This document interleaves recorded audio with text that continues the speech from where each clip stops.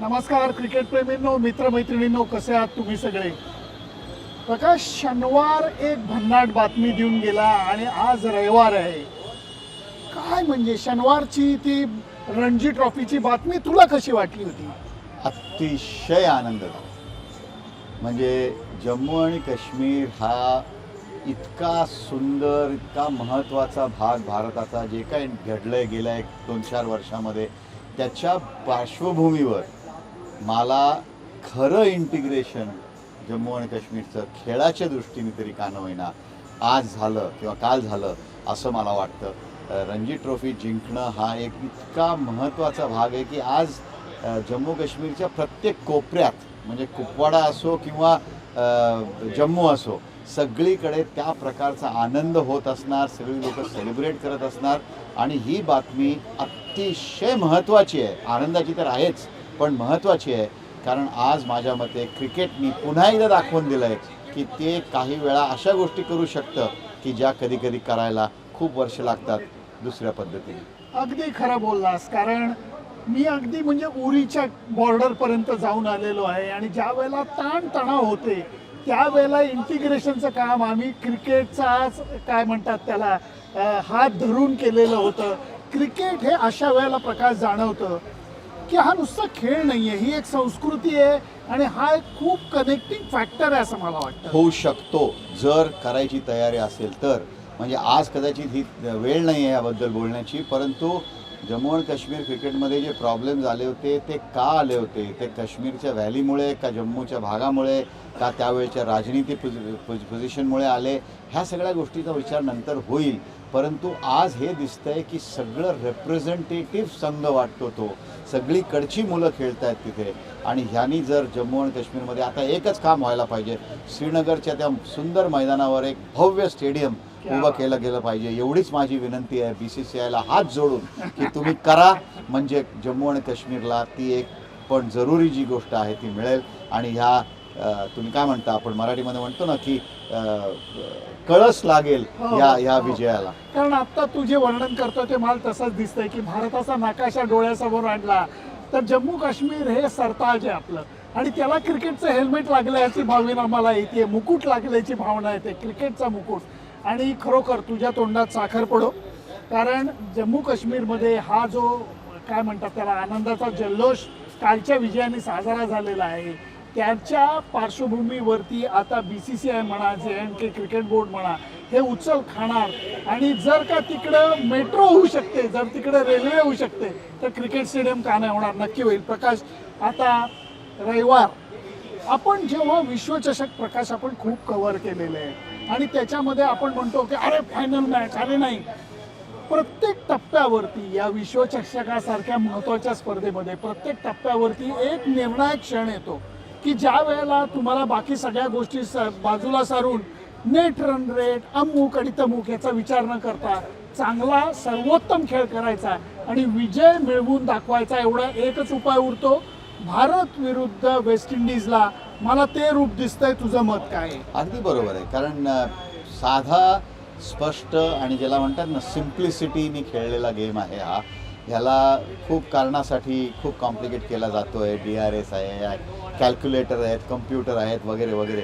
परंतु जेव्हा म्हणतो ना की आज ही मॅच मारायची म्हणजे मारायची, ही मॅच जिंकायची, जी टीम ही मॅच जिंकेल ती सेमीफायनल खेळणार. स्पष्ट साधा हिशोब. वेस्ट इंडिजला पण माहिती आहे त्यांचं लाडकं ग्राउंड आहे, विसरू नका. 2016 साली काय केलं होतं इथे, त्यामुळे त्यांचं आवडतं ग्राउंड आहे. भारताच्या प्लेयर्सनाही ईडन गार्डन्सबद्दल काय सांगायला नको आहे. अप्रतिम मैदान, खडकच्च भरलं जाईल असं याच्यात काही शंका नाही. आणि त्यामुळे हा सरळ, ज्याला नॉकआउट म्हणतात किंवा सरळ शूटआउट म्हणतात, तसा हा सामना होणार आहे.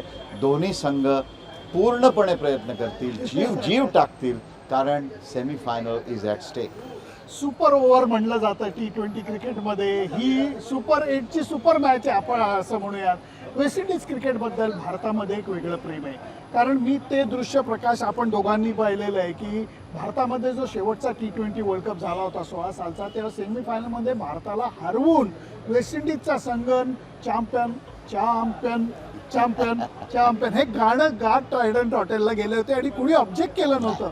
वेस्ट इंडिज क्रिकेटबद्दल हे प्रेम क्लाइव्ह लॉईड, रिचर्ड्स जेव्हापासून आपण बघतोय आत्ता सुद्धा ते प्रेम दिसतं. पण आता त्यांना हे कळून चुकलेलं आहे, रविवार जो आज आहे त्याच्या दिवशी हे प्रेम मागं ठेवलं जाईल आणि 60-70 हजार प्रेक्षक हे भारतासाठी पाठिंबा देतील, वातावरण वेगळं असेल. प्रश्नच नाही.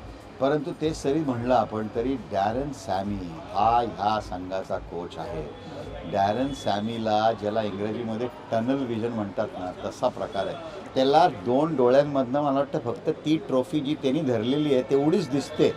आणि त्यामुळे त्यांनी जे ह्या संघामध्ये एक ॲटलिस्ट ग्राउंडवर दिसताना असं दिसतंय की मी बार्बेडॉसचा आहे, मी गयानाचा आहे, मी जमैकाचा आहे, हे दिसत नाही आहे. आणि ही ऑपोजिशनला खतरनाक बातमी आहे. वेस्ट इंडिज क्रिकेटसाठी अतिशय सुंदर बातमी. आणि त्यामुळे हा सामना सोपा होणार नाही आहे असं मला वाटतं. भारताला आपला A+ गेम खेळायला लागणार आणि वेस्ट इंडिज पूर्ण प्रयत्न करतील. बॅटिंग आपली वर्सेस बॉलिंग त्यांची, जी त्यांची वीक सूट समजला जातो. आणि आपले स्पिनर्स काय करतात, कारण फास्ट बॉलर्स किती इम्पॅक्ट करू शकतील मला माहीत नाही, पण स्पिनर्सच्या हातात ही जबाबदारी असणार आहे की त्यांनी कुठल्या पद्धतीने ते रिटेन करू शकतील, रिस्ट्रिक्ट करू शकतील वेस्ट इंडिजला. पण हे सगळं आता कळेल जेव्हा मॅच संपेल तेव्हा. पण भारताला खूप मोठी संधी आहे. पण मला सगळ्यात जास्त आनंद आहे rally around the West Indies हे माझं क्रिकेटशी जोडलेलं सगळ्यात आवडतं गाणं आहे. तो त्यांचा अँथम म्हणला जातो. ऑफकोर्स तो एका देशाचा नाही आहे, परंतु त्या गाण्याच्या आधारावर ते लोक काय पद्धतीने खेळतील आणि मजेदार मॅच होईल ह्याच्यात मला काही शंका वाटत नाही. या ग्राउंडवर आपण काय येतो, आठवणींनी भरलेलं ग्राउंड आहे की या मैदानावरती फॉल ऑन मिळून आपण काय म्हणतात त्याला, राहुल आणि लक्ष्मण, ते सुख पाहिलेलं आहे. 96 सालचं इथं हारण्याचं दुःख पाहिलेलं आहे. आणि त्याचबरोबर मोठमोठे सामने इथे रोहित शर्माचा विश्वविक्रमी वनडेतलं द्विशतक पाहिलेलं आहे. या सगळ्या गोष्टी आठवतात. आणि त्याचबरोबर या रविवारच्या सामन्याचं महत्त्व सुद्धा आम्हाला कळतं. हे ग्राउंड असं आहे की जिथं पूर्वी किती प्रेक्षक बसायचे प्रकाश, 90,000च्या वर. कारण त्यावेळेला फळ्या होत्या, त्याला फळ्या होत्या. आता खुर्च्या लावल्या आहेत त्यामुळे 70,000ची कपॅसिटी झालेली आहे. पण ऑलरेडी कलकत्त्याचे प्रेक्षक हे शांत बसून सामना नाही पाहत. कधीच नाही. कलकत्त्यामध्ये नॉर्मली कुठे शांतता असते, कारण इथली लोक हे खूप इंटेलेक्च्युअल असतात किंवा समजतात स्वतःला. त्यामुळे सगळीकडे कोपऱ्या कोपऱ्यावर चाय पे चर्चा हे करंट सरकार यायच्या खूप आधीपासून चालू आहे. आणि ती ट्रेडिशन क्रिकेट फील्डवर पण चालू असते. प्रत्येक जण एक्सपर्ट असतो, प्रत्येक जण सांगत असतो. जो फिल्डर बाउंड्रीवर असतो त्याला, अरे जाके कॅप्टन को बोलो, उसको इधर से बॉलिंग दो. सगळ्या बातम्या, सगळी इन्फॉर्मेशन पूर्णपणे इन्व्हॉल्व. त्यामुळे धमाल येणार आहे आणि मॅच टाईट होते. प्रकाश, आज डेरेन सॅमी येडा झाला पत्रकार परिषदेत कालची बघून. त्याचं कारण कालच्या पत्रकार परिषदेला एक साधारणपणे 125 तर बंगाली पत्रकार होते आणि आम्ही एक 50-60 होतो. 200च्या आसपास पत्रकार हे आजचा सामना कव्हर करायला इथं हजर असणार आहेत. याच्यावरनं डेरेन सॅमी काला मला म्हणाला, याच्यातनं कळतं या सामन्याचं महत्त्व काय. मला वाटलं तर तो म्हणेल की अरे हे कधी कधी आमच्या इथल्या मॅचेसला नसतात रे एवढे लोक. खरोखर.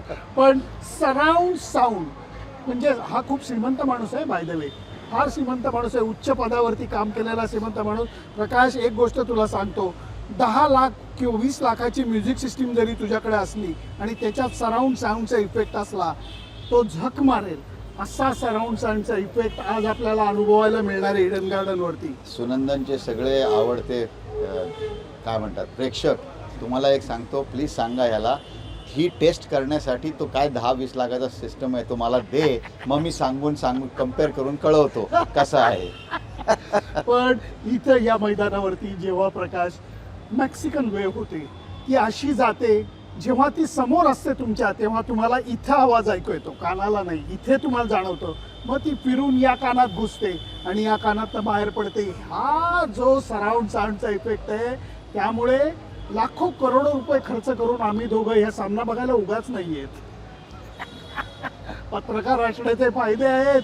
मी तर पत्रकार आहे हो, हा तर बीबीसीचा कॉमेंटेटर आहे, पण मला त्याचा अभिमान आहे, कारण या माणसानी कॉर्पोरेट लाईफ जगत असताना आपला छंद जोपासलेला आहे. हे मात्र मला म्हणायला लागेल. बाकीच्या वेळेला मी काय याचं जास्त कौतुक करत नाही, परंतु ह्या बाबतीत मात्र मला नक्की आहे. त्यामुळे प्रकाश, आज बाकी सगळं सोडून आता मस्तपैकी या सामन्याचा आनंद घेऊयात. आम्ही आमचे अंदाज थोडेसे इनपुट तुम्हाला दिले, तुमचे काय आहेत आम्हाला जरूर कळवा. फक्त त्याच्याकरता माझं Facebook page, Instagram account, YouTube channel आणि प्रकाशचं फेसबुक पेज, इंस्टाग्राम अकाउंट आणि यूट्यूब चॅनल लाईक, शेअर आणि सबस्क्राईब करायला विसरू नका. Bye bye. नमस्कार.